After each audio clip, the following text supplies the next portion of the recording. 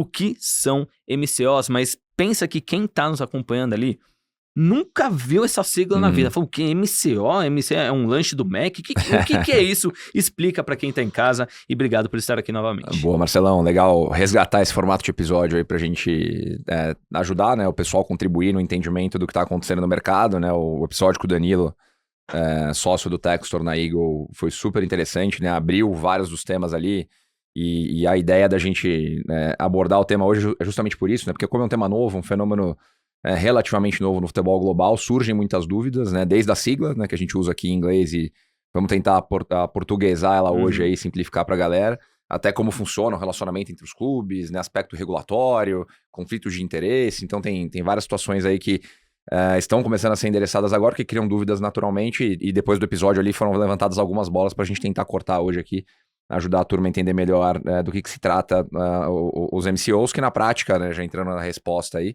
a gente estava brincando antes, né? São plataformas que têm mais de um clube em diferentes regiões. Majoritariamente tem algumas plataformas, alguns grupos que têm mais de um clube no mesmo país, e a gente já explica como isso pode funcionar.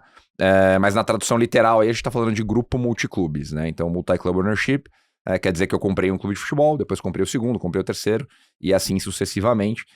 Como eu falei agora, é um fenômeno relativamente novo na indústria do futebol, né? Se a gente for considerar que o futebol existe aí há 130, 140 anos como modalidade, os MCOs começaram a surgir, né, os grupos multiclubes, a partir de 2008, né, o Grupo City, o City Football Group, aí, o Grupo City que adquiriu o Bahia aqui no Brasil há 1 ano e meio, ele foi o primeiro exemplo, né, de plataforma dessa natureza focada em futebol, que a gente viu no mercado global, né, o City adquiriu o Fundo Soberano de Abu Dhabi, adquiriu o Manchester City em 2008, né, e daí veio o embrião do que resultou num grupo hoje, como você disse, que tem os 14 clubes no mundo todo. Ponto interessante, você olha a linha do tempo, né, o City Football Group, ele surgiu na prática em 2013, que é quando o Abu Dhabi compra o segundo clube, né, até então a coroa de Abu Dhabi tinha apenas o Manchester City, adquirido em 2008, e aí começou a colocar capital, começou a virar a história do City, né? Para quem acompanha futebol, né? O primeiro elenco grande que Abu Dhabi montou dentro do Manchester City foi aquele elenco do Robinho, do Elano, sim. Do Jô, né? Alguns jogadores brasileiros que foram para lá na época, até começar a ganhar o campeonato inglês, até o capital lá de Abu Dhabi entender como funciona a mecânica do futebol. No meio do caminho, contrata o Ferran Soriano, que é um dos grandes responsáveis pelo turnaround do Barcelona, né? No começo dos anos 2000, né? Tem o livro dele que, para quem acompanha a gente aí no Sports Market Makers e gosta de esporte, de futebol, sobretudo, se ainda não leu, vá atrás, que é o A Bola Não Entra Por Acaso, onde ele relata todo o processo, né, de condução do Barcelona, na época que ele e o grupo dele entraram na gestão do Barcelona, se eu não me engano, em 2002, na época que o Barcelona vinha de um momento turbulento, né, tinha algumas estrelas, Ronaldo, Rivaldo, mas não ganhava tanto, né? O Real Madrid vinha com a onda dos galácticos ali, vinha ganhando mais, como tá acontecendo 20 e poucos anos depois hoje. Mas eles vieram com uma série de medidas que resultaram na mudança de gestão do Barcelona, na profissionalização da gestão do Barcelona e na era Guardiola, que foi uma era multivitoriosa ali, com o Messi, né? Com depois o Suárez, Neymar. E no meio do caminho, o Ferran Soriano e o grupo dele acabaram saindo e foram contratados pelo Manchester City, né, por Abu Dhabi, para estruturar o projeto do Manchester City e estruturar o projeto multiclubes. Então, em 2013, eles adquirem o segundo clube e aí, sucessivamente, foram fazendo outros movimentos.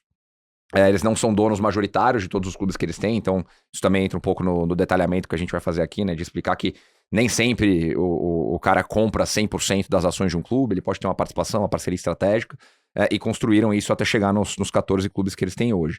Ponto importante aí, né, do fenômeno ser super novo, super recente no mercado, é que a gente vê uma aceleração muito grande dele, sobretudo, né, como você falou aí na abertura, nos últimos 5 anos. E aí tem um fenômeno legal da gente abordar dentro dos MCOs, né, separando os assuntos. Né, os MCOs são um veículo, uma forma de você investir em clubes de futebol e conseguir capturar, criar mais valor a partir disso.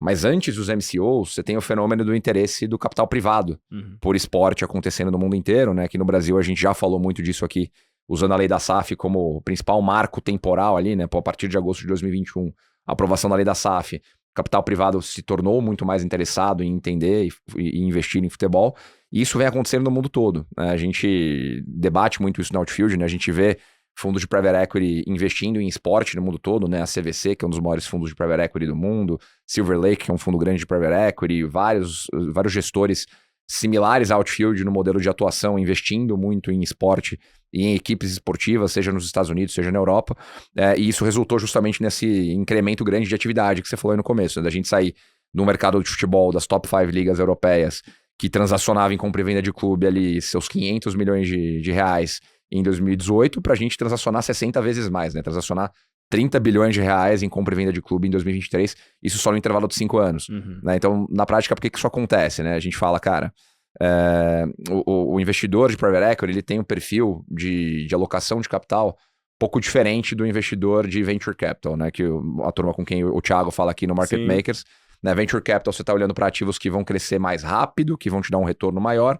O private equity, ele tem um perfil com risco mais mitigado, então ele procura ativos que, por hipótese, envelheçam bem na linha do tempo. E aí, quando você olha para esporte, e eu já vou voltar aí para os MCOs, e principalmente futebol, que é a maior modalidade esportiva do mundo, o que você tem no futebol que cria uma característica muito específica que atrai o interesse desse capital privado?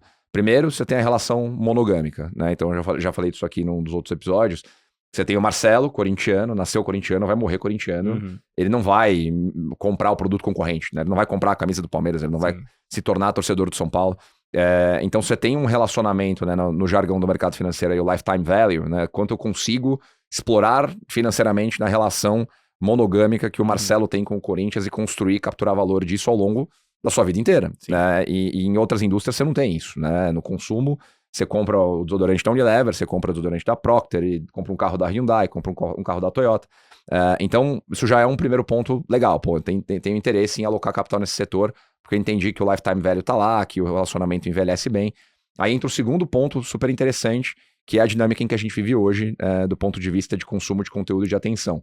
Então, conforme a gente evolui aí para estar todo mundo com o smartphone na mão o tempo todo, você tem acesso a todos os tipos de conteúdo possíveis para tentar reter sua atenção. Então, né, tem frases que ficaram mais famosas aí nos últimos anos, né? O CEO do Netflix falou isso alguns anos atrás, que o Netflix não concorre só com o Amazon Video ou só com o HBO, ele concorre também com o Fortnite, concorre também com o futebol americano, com o basquete, com o futebol, porque no fim tá todo mundo disputando nossa atenção, nossos olhos ali, 24 horas por dia, 7 dias por semana, e nesse contexto de atenção fragmentada, qual que é uma das únicas coisas que faz você parar toda quarta e domingo para sentar na frente da televisão para assistir? O conteúdo ao vivo, né? Você sabe que se eu quiser ter aquela experiência de assistir o Corinthians jogar, sofrer, torcer, vibrar, pô, ao vivo vai ser muito mais legal do que eu ver os melhores momentos no dia seguinte ou acompanhar comentário. Então, por isso que você teve um incremento muito grande, a gente falou disso aqui no episódio da NFL principalmente, né, dos valores de direito de transmissão da NFL, da NBA, agora a gente tá vendo isso aqui com Libra e com Liga Forte União,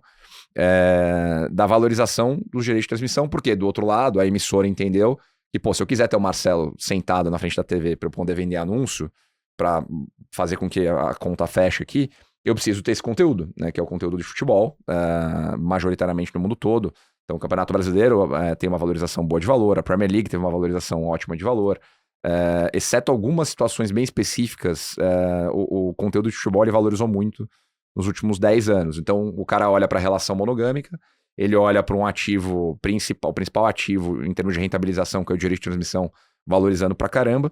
E tem o terceiro fator, que está relacionado a esses dois primeiros, que você olha para a curva de crescimento do esporte no mundo todo e o futebol como principal modalidade puxa-fila, ela é muito descorrelacionada da economia real. O que isso quer dizer?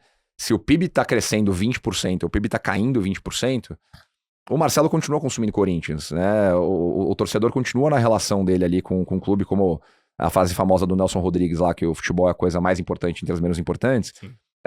Então você tem esses três fatores. Pô, eu consigo mitigar o risco macroeconômico, porque se eu investir num negócio que tem o lifetime value do torcedor no relacionamento monogâmico, que tem o ativo principal apreciando de valor na forma de direito de transmissão, e está descorrelacionado da economia real, legal. Por mais que isso cresça 5 a 10% ao ano, eu tenho risco mitigado, né? Eu não vou ganhar 100 vezes capital, mas eu vou ganhar alguma coisa ali que me deixa confortável em colocar o dinheiro dentro disso. Então essa é um pouco da tese do investimento, do porquê que o capital privado foi olhar para isso.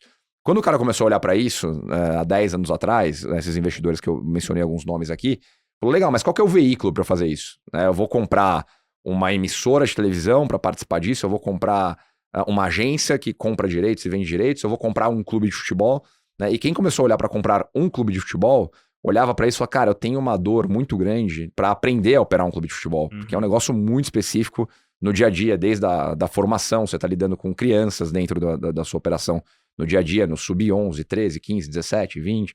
Você tem o futebol profissional, que é um negócio super complexo do ponto de vista de gestão de carreira, de relacionamento com pessoas que muitas vezes são maiores do que a própria instituição, ou se confundem com a instituição, né? A gente está vendo as polêmicas do Gabigol com o Flamengo agora, que é difícil de você se relacionar com isso, porque é uma figura super importante na história do clube, saindo do clube, num momento super vitorioso, então você cria, né, uma complexidade em companhias tradicionais, você não tem isso, né? Você não tem o elemento da publicidade tão grande das coisas que você faz.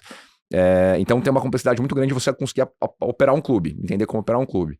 O que a galera começou a pensar foi, pô, eu aprendi a operar um clube, só que eu tô num mercado restrito, o futebol é um negócio global. Por que eu não posso, além de ter um clube na Inglaterra, eu tenho um clube no Brasil? Porque, pô, o Brasil é o maior celeiro de craques do mundo, o Brasil forma talento bem pra caramba. Por que eu não vou ter um clube lá? Porque ao invés de eu gastar 60 milhões de euros no Hendrick, 40 milhões de euros no Estevão, eu posso achar esse cara lá e pagar muito mais barato. Então, começaram a surgir questionamentos desse tipo, né, que fizeram com que, pô, a tese é legal, entendi. Qual que é o veículo que eu vou usar pra investir? Pô, um clube de futebol. Legal, investir no clube de futebol. Sofri pra caramba pra aprender a operar um.